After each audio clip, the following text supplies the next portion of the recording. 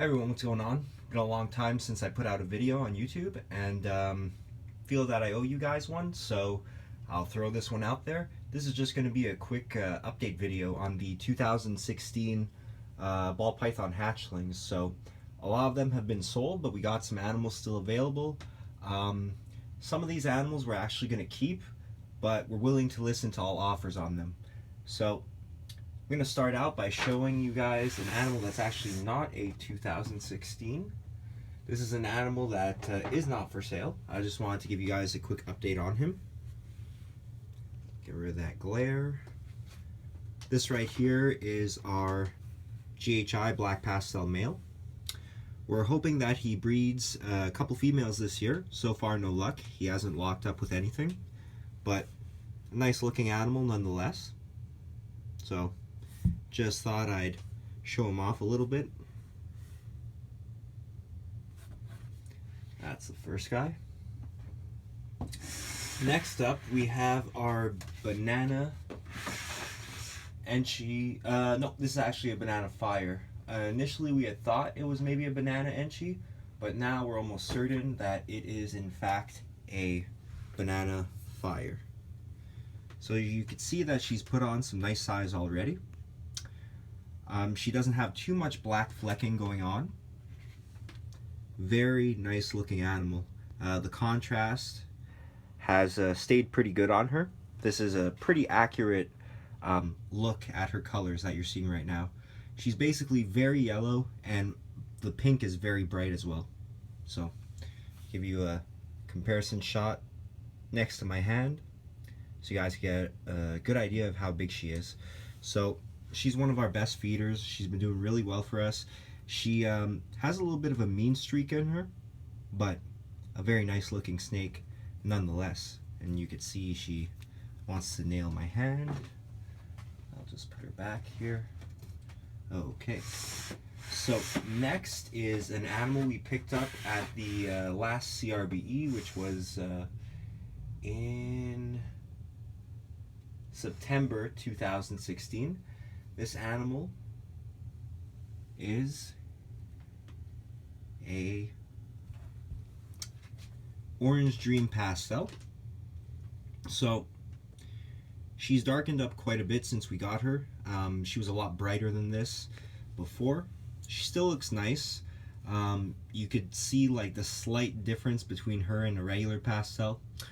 I believe last time I showed you this animal, I had a regular pastel to compare it to. Right now I don't, so this is her, but she is a little bit brighter than your standard pastels. It's really what you do with the Super Orange Dream that makes the animal look a lot nicer. But nice looking girl nonetheless. Probably gonna pair up with fire stuff. Hopefully some Orange Dream males that will make this year.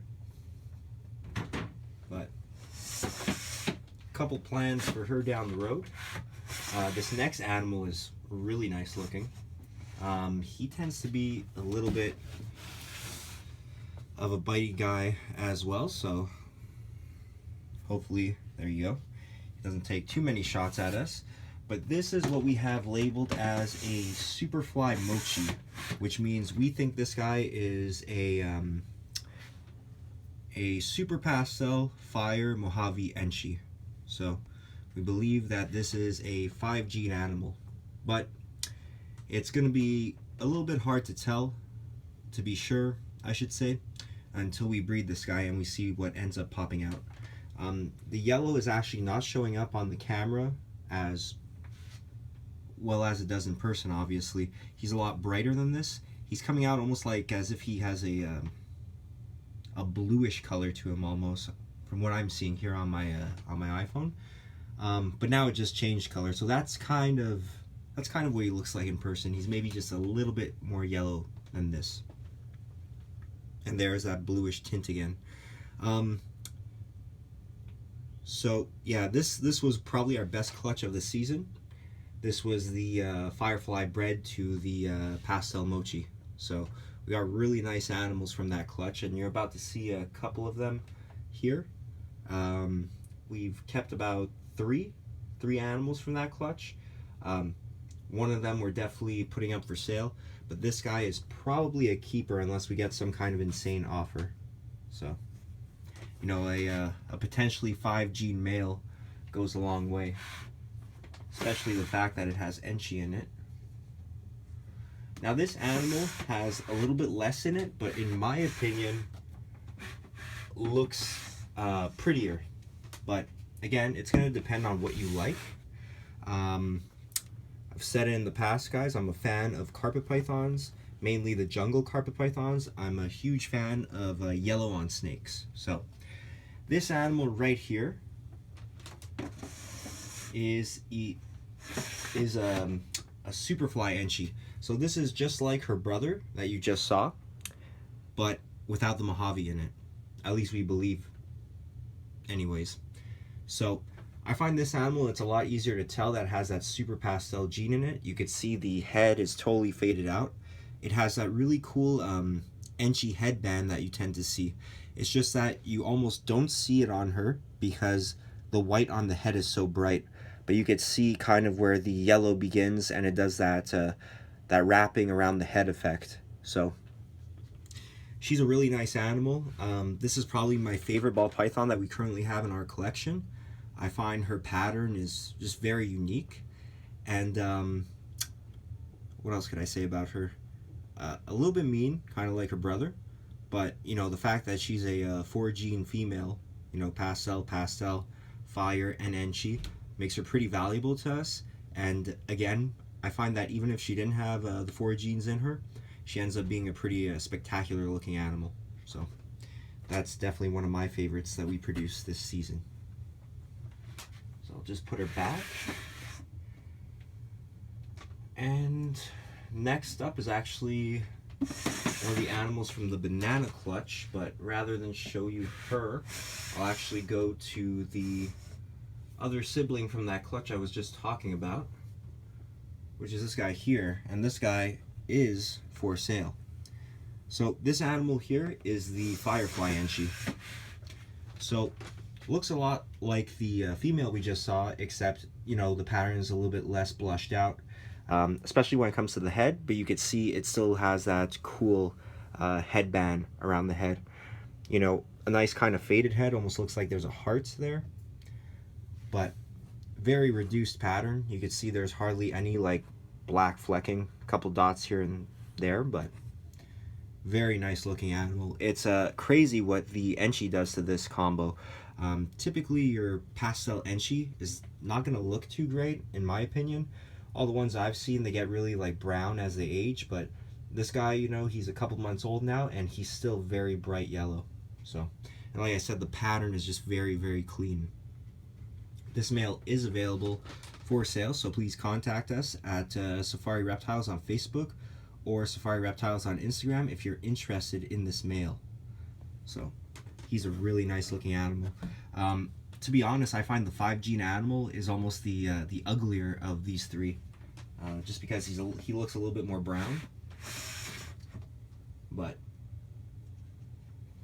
you know, obviously, with what that 5-gene male has, we're going to keep him because he can make the animal you just saw and other stuff as well. So, all right, this next girl here is a sibling to the banana fire you guys just saw.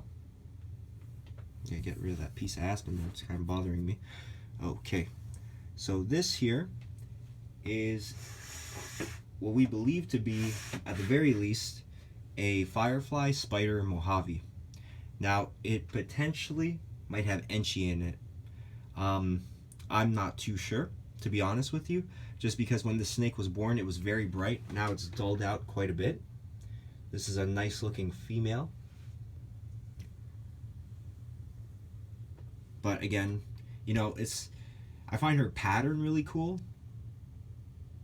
And let's focus in there. Yeah, I find her pattern really cool, but the colors are a little bit weird to me.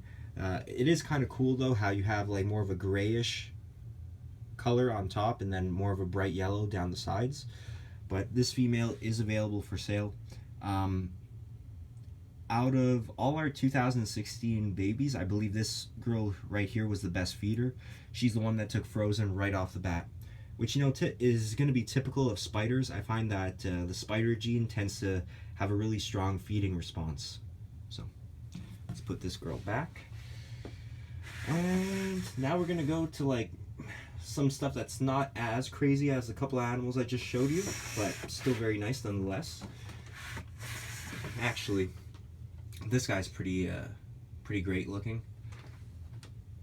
This, if you guys have never seen these before, this probably looks like absolutely crazy to you. Believe it or not, this is only a 3 gene animal. This is a spark. Oh, no, not a spark, sorry. That would be the animal I'm about to show you next.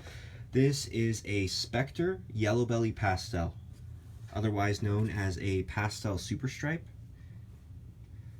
So you could see that the animal is just, it looks insane. You know, it's completely blushed out, head to tail. Even the side pattern's very blushed out. Really nice looking animal here. We produce this guy by breeding a super stripe male to a pastel yellow belly. So when Spectre and yellow belly are bred together and the 2 genes end up being in the same animal, you get an animal like this, which is an animal that acts like a super. So basically, this guy can't produce normals. The worst he could produce is a yellow belly or a Spectre. But unfortunately, he can't reproduce himself either unless you breed him to another super stripe.